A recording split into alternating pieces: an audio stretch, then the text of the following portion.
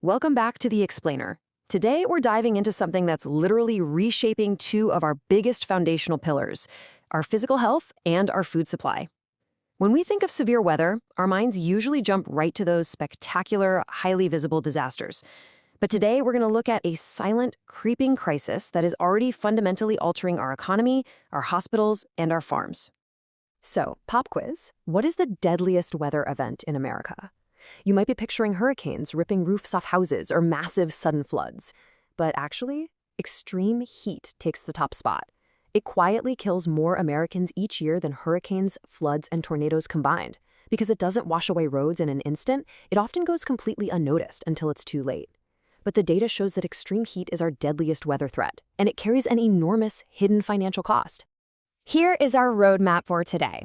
First, we'll look at the extreme heat reality, then the public health toll, the threat to agriculture, the resulting climate burden, and finally, the adaptation imperative. Let's get into it. Part 1, the extreme heat reality. Let's look at heat waves by the numbers. According to the EPA, we can now expect roughly 6 major heat waves hitting the largest U.S. metropolitan areas every single year. 6. We aren't just talking about a randomly hot Tuesday at the pool. We are talking about prolonged systemic stress on our infrastructure, our bodies, and our daily routines occurring multiple times a season. This is the new normal. To put that immediate danger into perspective, researchers at Johns Hopkins looked at a single 5-day heat wave in just one state. Their models show that one localized event could cause 300 deaths and push 4,000 people into emergency rooms. That is 4,000 entirely preventable hospital visits in just 5 days. Moving on to part 2, the public health toll. Let's evaluate exactly what a 5D crisis like that actually costs a state's health system. Okay, take a look at that massive slice on the chart.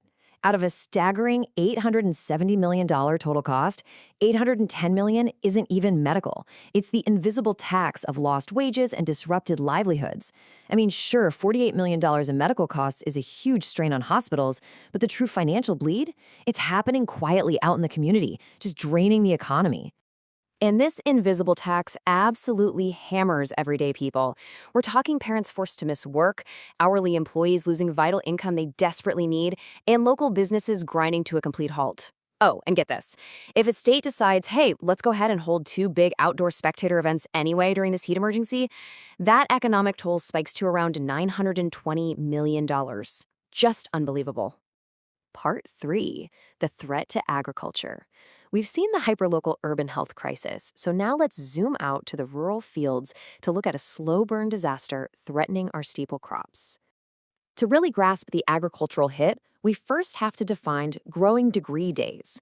Now, this actually sounds like a good thing, right? Because warm temperatures help crops mature. For corn, once it hits 50 degrees Fahrenheit, the plant starts racking up these beneficial heat units. So initially, a warmer climate means more growing degree days. But, and this is a massive but, we have to contrast that with killing degree days. For corn, that threshold is 84 degrees. Once the thermometer pushes past 84, the heat stops being fuel and literally becomes toxic to the plant. It actively damages the crop and kills the yield. Now, a quick caveat. The data we're looking at relies on the RCP 4.5 scenario, which is actually a pretty optimistic, middle-of-the-road model. It assumes global emissions peak by mid-century and then drop. If they don't, or if farming tech doesn't miraculously keep up with historic rates, these agricultural shocks we're about to look at, they are going to be significantly worse. Which brings us to part 4, the climate burden, and its ripple effect on crop yields. Let's see what this actually looks like for farmers on the ground. So, what exactly is a climate burden? Well, it happens when the pure damage from extreme heat completely wipes out any perks from those warmer temperatures and modern farming innovations. It's a pretty brutal equation, honestly. When the killing degree days outpace the growing degree days, the total yield drops. And that drop? That is your climate burden. Check out this map of Iowa. It's projecting a seemingly beneficial 11% boost in growing degree days by the year 2030. At a quick glance, you'd think, awesome, a longer, warmer season means way more corn, right? Well, actually, no. That benefit gets entirely swallowed up by a massive 57% surge in killing degree days across that exact same state by 2030. The bad heat is literally rising 5 times faster than the good heat. To put that into perspective, within just 4 years, every single county in Iowa is projected to face a net negative burden on corn yields. Every single one. Down in southern areas like Davis County, they are staring down a massive 25% drop. That's roughly 30 fewer bushels per acre, just completely erased by the heat. And this isn't just an Iowa corn problem. It is a hyper-local, county-by-county battle. Up in Minnesota, some northern counties might actually get a tiny temporary boost for soybeans, while the rest of the state just bakes. Down in Kansas, 9% of counties will see significant climate burdens on winter wheat by 2030 due to this complex mix of heat, soil, and irrigation.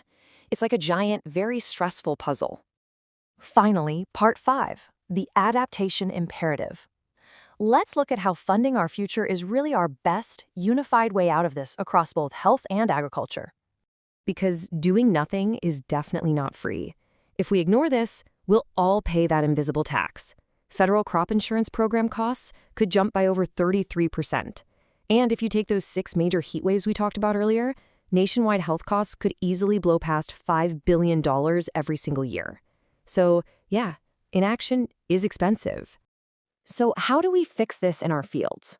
First, policymakers and the private sector need an integrated approach to mitigation and adaptation. Second, we seriously need to pump R&D funding into transformative crop solutions, like engineering new seeds that can actually survive 85-plus-degree heat. And third, we have to prioritize safety net support to help farmers transition their practices right now. And over on the public health side, the fixes are surprisingly straightforward. Cancel large outdoor events during a heat emergency. That instantly blunts the physical and financial toll on a city. Implement early warning systems, deploy targeted emergency resources, and strengthen local health departments. We don't need magic bullet tech to start saving lives and money today. Just look at this quote.